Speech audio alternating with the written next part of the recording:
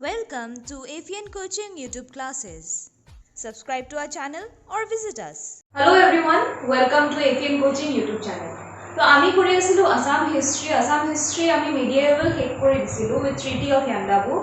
Now we are going to start colonial period. ঠিক আছে তো ইমান দিন গ্যাপ হোৱাৰ কাৰণে I'm really sorry for that. But from now onwards আমি ক্লাसेस বোৰ পাৰিলে আমি ভালকে কৰিব চেষ্টা কৰিম. Okay, মোৰ অলপমান কিছুমান কামৰ কাৰণে মই বিজি হৈ গলো. But I'll try to upload videos as fast as possible. ঠিক আছে? तो स्वा colonial period स्वा 1826 or pra 1947 or जितो time period just before the independence, just after the Treaty of Yandabu और before तुम्हार independence, Indian independence वाले के colonial period हुल. Colonial period क्यों हुआ गोल? Because at that time British हमार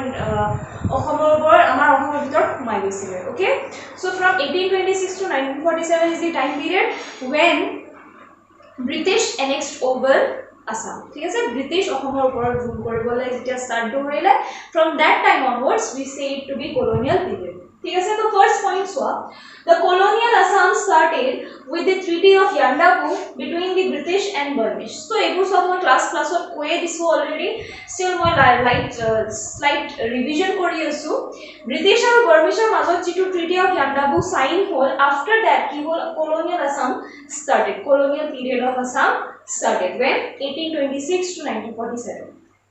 By this treaty, the Burmese were expelled from Assam by the British after the Anglo-Burmese War 1824.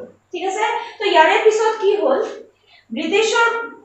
ব্ৰিটিছে কি কৰিলে Anglo-Burmese War হোৱাৰ পিছত 1824 ত যিটো Anglo-Burmese War হ'ল তাৰ পিছত ব্ৰিটিছে বাৰ্মিছক অসমৰ পৰা ওলাই দিলে. Okay, what did they do? Britishers after the Anglo-Burmese War, what did they do? Burmese were expelled from Assam. ঠিক আছে Burmese কি হৈ গ'ল অসমৰ পৰা তাহাঁতক ওলাই দিয়া গ'ল. Next one, after that the Assam Valley came into the hands of British and the colonization period started. So same হেতুৱে কথা, just language is different. Point to হেতুৱে যে after Burmese went out of Assam, after they signed the Treaty of Yandabu, তাৰ পিছত কি হৈ গ'ল তাৰ পিছৰ পৰা colonization period start হৈ গ'ল.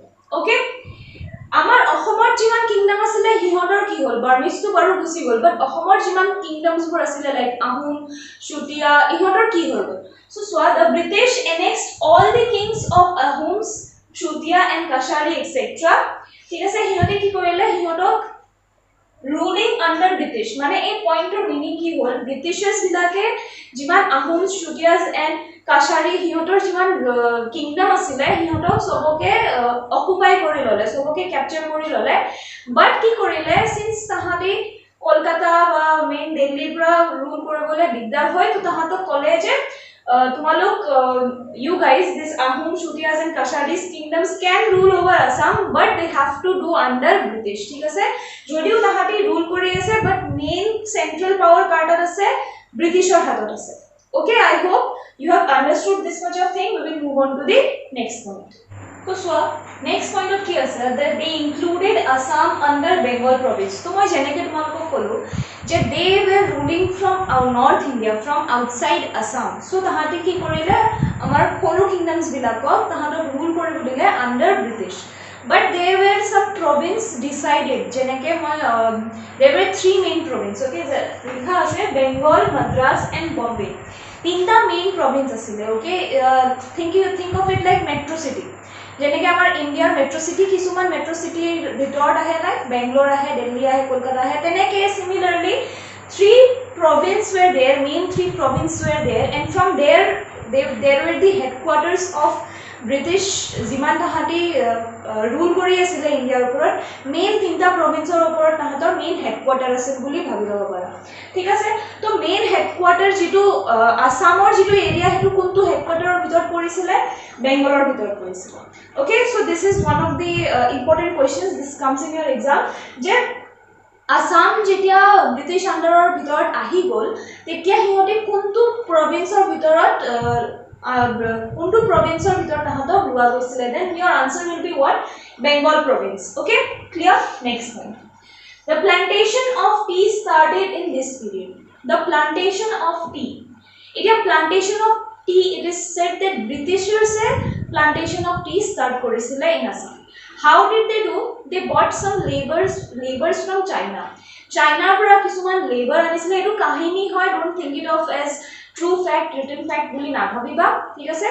This is just a story which people came to be believed that এনেকুৱা হৈছিল সাগে, ঠিক আছে? তো just for a remembering purpose, Britishers বিলাকে কি কৰিছিলে, চাইনাৰ পৰা তাহাঁতি labor আনিছিলে and চাইনাৰ tea আনিছিলে, ঠিক আছে?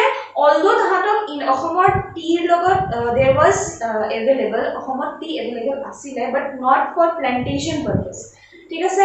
তো তাহাঁতি অসমত আহিলে, চাইনাৰ লেবাৰ লৈ আহিলে, চাইনাৰ টি লৈ আহিলে, চাহপাত যিটো চাহপাত লৈ আহিলে, দেন চাইনাৰ চাহপাত আৰু আমাৰ ল্যান্ড আৰু আমাৰ চাহপাতৰ মিক্স কৰি পেলাই তাহাঁতি চালে যে ইয়াৰে ল্যান্ডৰ ওপৰত ভাল কাল্টিভেশ্যন হ'ব নে নহ'ব, ভাল প্ৰডাকশ্যন হ'ব নে নহ'ব। যেতিয়া ভালকে হোৱা ষ্টাৰ্ট হৈ গ'ল, then onwards they started plantation of tea, that period was the plantation of tea, ঠিক আছে? তেতিয়াৰ পৰা চাহপাত আমাৰ অসমত কি হ'ল, প্লান্ট কৰা ষ্টাৰ্ট হৈ গ'ল। And then they established a company, Assam Tea Company. এইটো অলপমান ভালকে চাই ল'বা, this question comes, okay? এইটো বহুত বাৰে বাৰে এইটো question আহিছে। Assam Tea Company কেতিয়া হৈছিলে? 1839 ত বনোৱা, এষ্টাব্লিছ হৈছিলে, okay? So this is a direct question. When was the Assam Tea Company established? Your answer should be 1839, ঠিক আছে? Assam Tea Company established কেতিয়া হৈছিলে? 1839 ত হৈছিলে, okay? Done. Next, they also brought laborers from North India and treated them as slaves. তো এটা T plantation, চাহ বাগান চলাবলৈ বহুত মানুহ লাগে, বহুত লেবাৰ লাগে। তো হেতৰ কাৰণে তাহাঁতে কি কৰিছিলে, নৰ্থ ইণ্ডিয়াৰ পৰাও তাহাঁতে স্লেভস আনিছিলে, স্লেভস এজ ইন মানুহ আনিছিলে, and they kept them as slaves. Slaves মানে গুলাম, স্লেভস মানে গুলাম type, okay?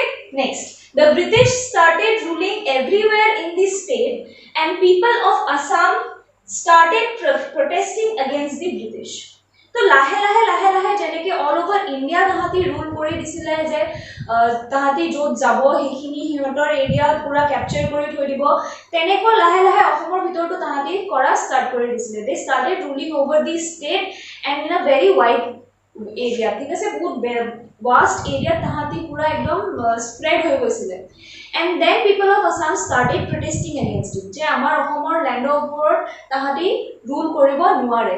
the first person who started the protest against the British was Gondhar Kuwar. এইটো question বহুত important হয়, I am putting a star mark over here. You can just consider যে 8 out of 10 exams আসামৰ যিমান Assam history যিটো সিলেবাছত আছে, 8 out of 10 ৰ ভিতৰত এইটো question is very common. Who is the first person who protested against the British? Okay, the first person to do so, in the sense started protesting. Okay, the first person who started protesting against the British was Gondhar Kuwar, but he was suppressed by the British. He was suppressed by the British, মানে Britisher তেওঁ দবাই দিছিলে, okay? He was suppressed by the British. Okay, we will move on to the next one. Next, later on some other people arose against the British, mainly বহুত কেইটা মানুহ উঠিছিলে, but main তিনটা নাম খুধে, কিয় খুধে মই কৈ আছো। তিনটা নাম কি হয়? Dhananjay Burhagohain, Piyali Phukan and জিওৰাম Medhi. Why only these three names are famous? ইহঁত তিনটাৰ নামে কিয় ফেমাস হয়? because ইহঁত তিনটা মৃত্যুদণ্ড দিয়া গৈছিলে, ঠিক আছে? they were sentenced to death in 1830. তো ডেট খুধে যে ইহঁতক কেতিয়া এই death two sentence to death দিয়া গৈছিলে, মৃত্যুদণ্ড কেতিয়া দিয়া গৈছিলে? it was 1830. okay, and who were the people? Dhananjay Burhagohain, Piyali Phukan and জিওৰাম Medhi, ঠিক আছে? এই তিনটা নাম আহে এক্সামত, again a very important thing. Next, in 1857, people of Assam also took part in the Indian rebellion by 1857 or jitu Sepoy mutiny হৈছিলে। Sepoy mutiny মই ওপৰত এখানে ৰেফাৰেন্সৰ কাৰণে লিখি দিছো। তো 1857 ত কি হৈছিলে? Indian rebellion এটা start হৈছিলে as a united India, starting from Mangal Pandey, Rani Lakshmibai, everybody joined this rebellion, হয় না? অসমৰ প্ৰাও এই rebellionত জয়েন কৰিছিলে কিছুমান মানুহ, I will mention it in the next point. So right now কি জানো, 1857 ত Indian rebellion, চিপয় মিউটিনি যেটো হৈছিলে ৰিভল্ট অফ 1857 বা চিপয় মিউটিনি নামেৰে আমি এইটো চিনি জানো তো এটোত অসমৰ পৰাও আমাৰ পাৰ্টিসিপেন্টস গৈছিলে they were who Maniram Devan and Pioli Borua Maniram Devan and Pioli Borua were the leaders of this rebellion in Assam. So Assam's leadership kune korisile in this rebellion Maniram Devan and Pioli Borua, but they were arrested. Okay, they got arrested. So aji ki koro aji 13 points ami korilu. Today it will be more than enough. Olaman ekhini revision kora bhalke pori loa. Etia moi koi diu Indian history jodi tumalok lage I teach on Unacademy. So Unacademy goi pelai SSC section not since the Indian history portion, let me just clear this out. মই গুটেখিনিয়ে cover কৰি আছো so তুমি যদি APSC SSC any kind of competitive exam RRB হক যিকোনো competitive exam prepare কৰি আছা Indian history is part of all the syllabus, right? তো Indian history যদি তোমালোকক লাগে then মই Unacademy তোমালোকে যাবা Unacademy গৈ পেলাই SSC sections ত গৈ পেলাই পলক ত্ৰিপাঠী মাৰিবা মোৰ নাম হয় পলক ত্ৰিপাঠী সো পলক ত্ৰিপাঠী মাৰিবা you will get the in the special classes or jitu tade plus educator special classes bahut kiba kibi thake to special classes or more classes bur paba I take classes Monday Wednesday and Friday at 11:30 am okay Monday Wednesday and Friday 11:30 am I will write it down somewhere below or somewhere here wherever I get the space तो मैं লাগিলে মই ডেসক্রিপশনত link को দি দিম মোৰ প্ৰফাইলৰ link দি দিম you can directly go to my profile you can follow my profile যেতিয়া মই ক্লাস আপলোড কৰিম তোমালোকে নোটিফিকেশন পাই থাকিবা okay that is for Indian history Assam history to মই এতে কৰাই আছো so that's it for today if you have seen this video till here then please subscribe to our channel like to the video যদি বুজি পাইছা তেনেহলে please give it a like okay that's it for today Thank you for watching. Don't forget to hit the like button, subscribe to our channel and turn on the bell icon.